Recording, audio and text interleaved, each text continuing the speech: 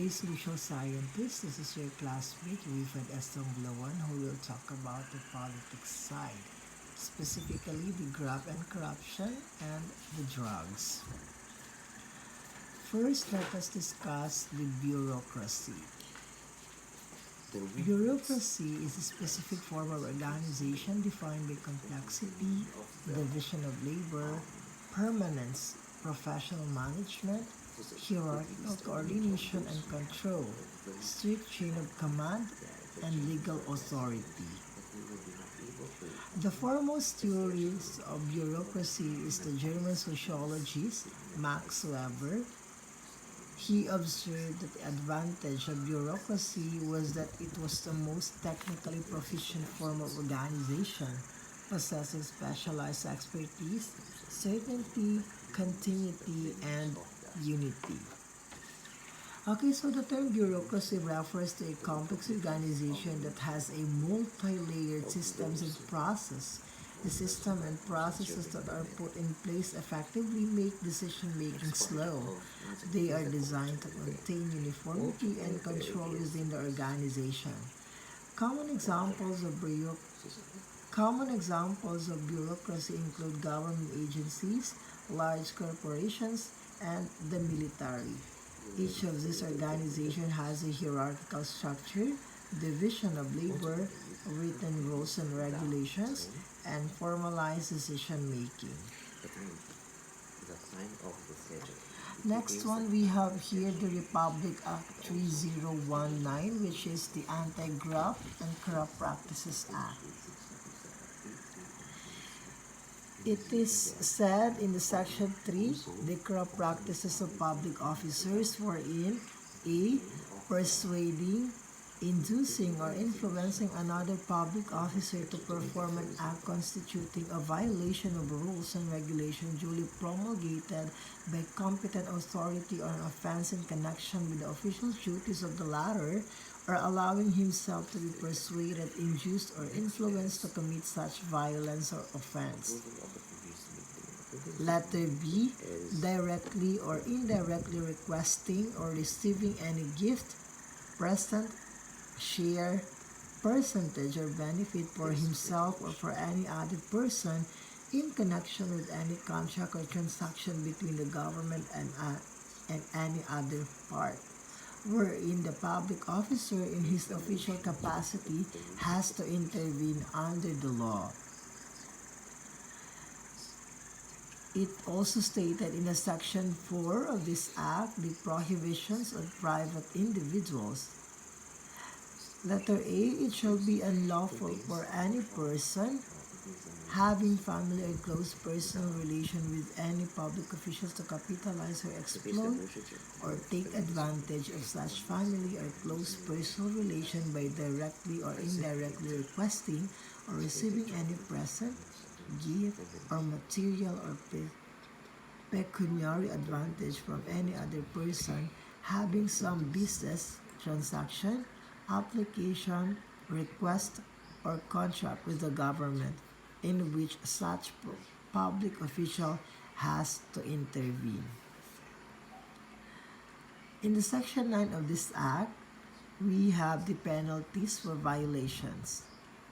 Any public officer or private persons committing any of the unlawful acts or omission enumerated in section 3, 4, 5, and 6 of this act shall be punished with imprisonment for not less than 1 year, nor more than 10 years, perpetual disqualification from public office, and confiscation or forfeiture in favor of the government of any prohibited interest and unexplained wealth manifestly out of proportion to his salary and other lawful income.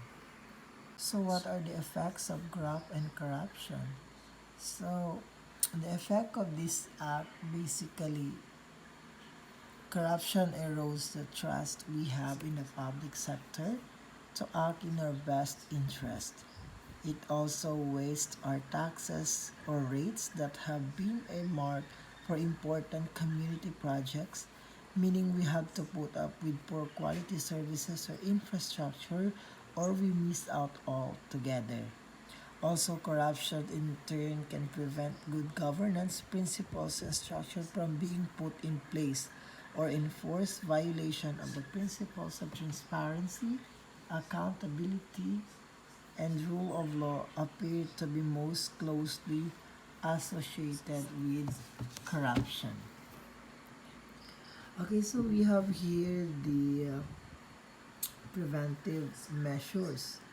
Number one, we have the codes of conduct, which means that corruption prevention mechanism often starts with rules that prohibit certain types of conduct. Rules include legal prohibitions against corruption and criminal and civil penalties directed at both the public and private sectors, but also include codes of conduct and ethics for public officials. According to Article 8 of UNCAAC, such codes are to be used for promotion or personal standards, integrity, honesty, and responsibility, and professional responsibilities for correct, impartial, honorable, and proper performance of public functions. Next one, we have the systems of rewards and incentives. At a basic level, all countries should establish a system that rewards appropriate behavior and penalizes corrupt behavior in the public sector. The system should include extrinsic motivations such as a decent wage and merit-based appointment and promotions. Number three, we have the human resources management. The rules and procedures for hiring, rotation, promotion, professionalization, and training of civil servants also play a role in combating of corruption in the public sector. For example, staff rotations in jobs that are vulnerable to corruption is expected to assist in preventing corrupt relationships from forming and in disrupting established corrupt relationships. Rotation may also lead to reduced incentives to engage in corruption for private sectors, as there might not be in the future guarantee of the corrupt partner's continuation in a particular position. Number four, we have the managing conflict of interest. Conflict of interest could lead to corruption. Therefore, such conflicts need to be disclosed and addressed in a manner that will prevent a descent into corruption. In general, conflicts of interest are addressed through financial and asset disclosure requirements, code of conduct, and other regulations such as prohibiting public officials to work in the private sector for a certain period of work in the certain period of time after they leave the public service. Okay, so those are the preventive measures of the corruption. Next one, we have here the Republic Act 6713, also known as an act establishing a code of conduct and ethical standard for public officials and employees. It says here in the section 4, which is norms of conduct of public officials and employees. Letter A, commitment to public interest. Public officials and employees shall always uphold the public interest over and above personal interests. All government resources and powers of their respective offices must be employed and used efficiently, effectively, honestly, and economically, particularly to avoid wastage in public funds and revenues. Letter B, professionalism. Public officials and employees shall perform and discharge their duties with the highest degree of excellence, professionalism, intelligence, and skill. They shall enter public service with utmost devotion and dedication to duty. They shall endeavor to discourage wrong perception of their roles as dispenser or peddlers of undue patronage. Letter C, justice and sincerity. Public officials and employees shall remain true to the people at all times. They must act with justice and sincerity and shall not discriminate against anyone, especially the poor and the underprivileged. They shall at all times respect the rights of others and shall refrain from doing acts contrary to law, good morals, good customs, public policy, public order, public safety, and public interest. Letter D, political neutrality. Public officials and employees shall provide service to everyone without unfair discrimination and regardless of party affiliation or preference.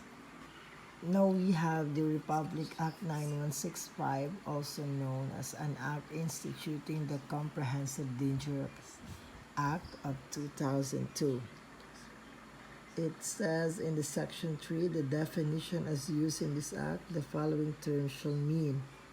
We have number 1, letter A, administer. Any act of introducing any dangerous drug into the body of any person with or without his or her knowledge by injection, inhalation, ingestions, or other means, or of committing any act of indispensable assistance to a person in administering a dangerous drug to himself or herself unless administered by a duly licensed practitioner for purpose of medication. We have also here the deliver. Deliver is any act of knowingly passing a dangerous drug to another, personally or otherwise, and by any means, with or without consideration. Then, drive or resort, a place where any dangerous drug and or controlled precursor and essential chemical is administered, delivered, stored, and legal purpose, distributed, sold, or used in any form. We have also here the drug dependence.